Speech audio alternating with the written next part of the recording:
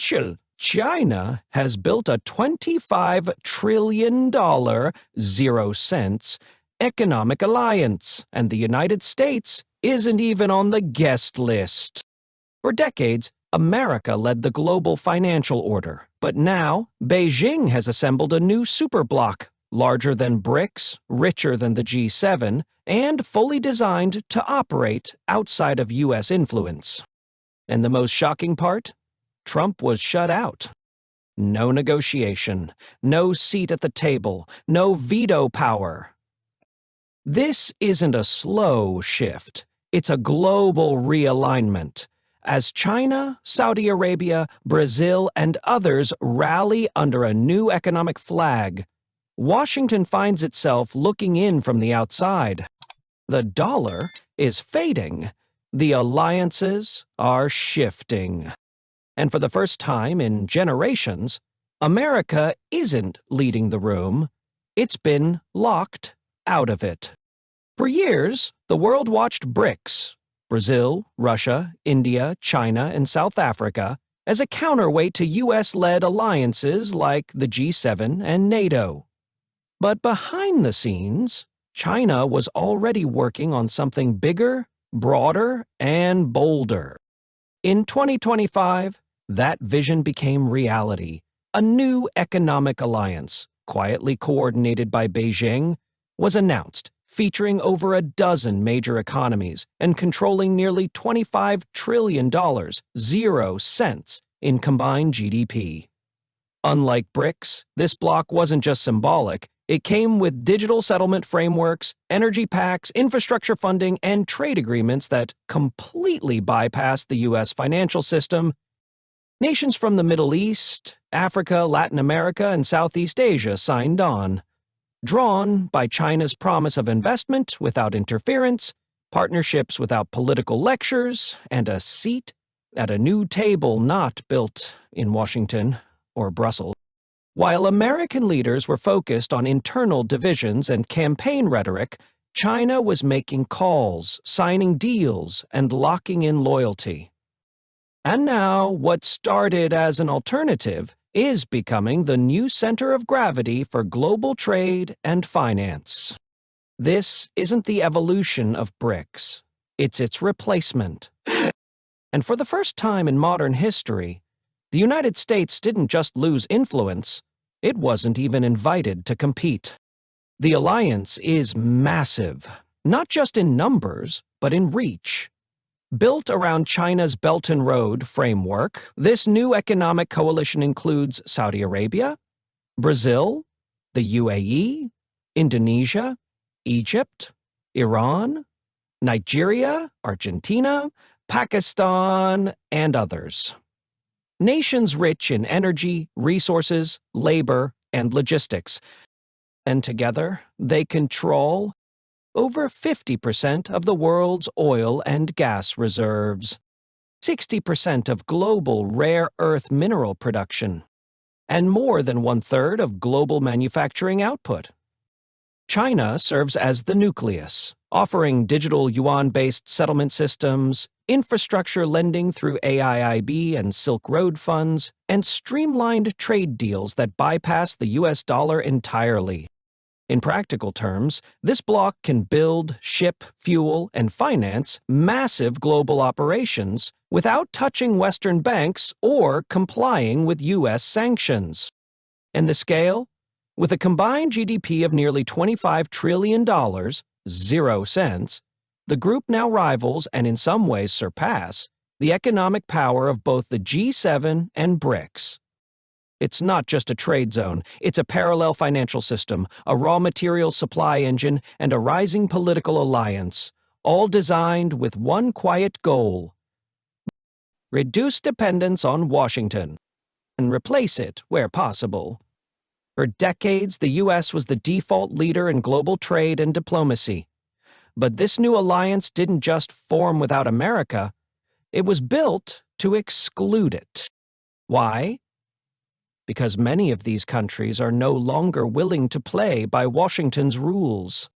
China, Saudi Arabia, and others grew frustrated with U.S. sanctions, conditional aid, military entanglements, and what they see as political interference. Under Trump, and even continuing under Biden, the U.S. pulled out of global agreements, imposed tariffs, and increasingly used the dollar as a weapon. So, when China began designing this bloc, it wasn't offering handouts.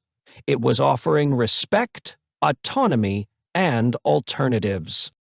Trump's America First agenda may have energized his base at home, but internationally, it alienated many would-be partners. Trade deals were scrapped, diplomats were sidelined, and allies began exploring life without the U.S. at the center. Now, as China builds this new coalition, the message is clear. If America won't cooperate, we'll coordinate without it. The result? A club of rising powers unified by shared interests and a growing skepticism of U.S. dominance. And Trump, once seen as a disruptor, is now watching from the outside as the world rewrites the rules without him. China didn't just expand BRICS, it quietly outgrew it. For years, BRICS was limited by internal tensions and uneven growth. China learned from that. This new alliance isn't about symbolic unity, it's about function, infrastructure, and independence from the West. At the core is China's vision of a post-dollar world powered by digital finance, sovereign development, and bilateral respect. That means digital yuan-based trade systems, cross-border payment rails that exclude SWIFT, and resource-backed lending with no IMF strings attached. While Washington pushed sanctions, Beijing pushed ports, railroads, power grids, and data networks, real-world assets in countries desperate for development. And this time, China didn't just partner with governments. It built loyalty through long-term infrastructure, not lectures. Nations that were once marginal players in U.S.-dominated markets are now central to China's strategy. This isn't BRICS 2. This is Beijing's blueprint for a multipolar world, where the U.S. doesn't dictate terms and where emerging powers have a platform of their own. The brilliance of it? It's not branded as anti-American, it's branded as post-American. And that's what makes it so effective. Donald Trump didn't stay silent for long. At a recent campaign rally, he called the China-led alliance a fraudulent cartel and accused Beijing of trying to build an empire to destroy American jobs. He promised to impose massive tariffs on any country participating in the bloc if he returns to office, calling it economic terrorism. But the reality is starker. The U.S. is reacting, not leading. While Trump threatens retaliation, most of these countries no longer fear being cut off from U.S. trade. Why? Because China has given them an alternative. A fully integrated ecosystem where they can finance, build, and trade without Washington's permission. Even U.S. allies like Saudi Arabia and Brazil are quietly drifting away. They've seen how fast U.S. policy can swing from partnership to punishment. And they're hedging their bets. Washington's global power was always tied to two things, the dollar and diplomacy. But now the dollar is being bypassed, and diplomacy is being replaced with deals made in Beijing. Trump may talk tough, but the structure that once gave his words global weight is weakening. And for many watching around the world, America isn't feared anymore. It's being quietly worked around. The formation of China's $25 trillion zero-cents alliance didn't just shake Washington. It sent shockwaves across Europe, the Middle East, and Africa. In Europe, policymakers are divided. While leaders in France and Germany still align with U.S. financial institutions, many EU businesses are seeking deeper ties with China's alternative markets. fearing exclusion from rising trade corridors. In the Middle East, the shift is even clearer. Nations like Saudi Arabia, the UAE, and Iran are already embedded in the new alliance, pivoting away from the U.S. security umbrella toward Beijing's economic guarantees. Meanwhile, across Africa, where Western promises have often come up short, China's direct infrastructure investments have paid off, cementing loyalty through roads, ports, and rail. The message is spreading. Power no longer lives in one capital. And as the U.S. debates ideology, others are building a new system, with or without American approval. This isn't just a shift, it's a signal. For the first time in decades, the world is no longer waiting for Washington. With China's $25 trillion zero-cents alliance rising, backed by energy, infrastructure, and digital currency, global leadership is no longer America's to lose. It may already be gone. The U.S. still has unmatched military power and deep financial networks, but its ability to dictate the rules is slipping.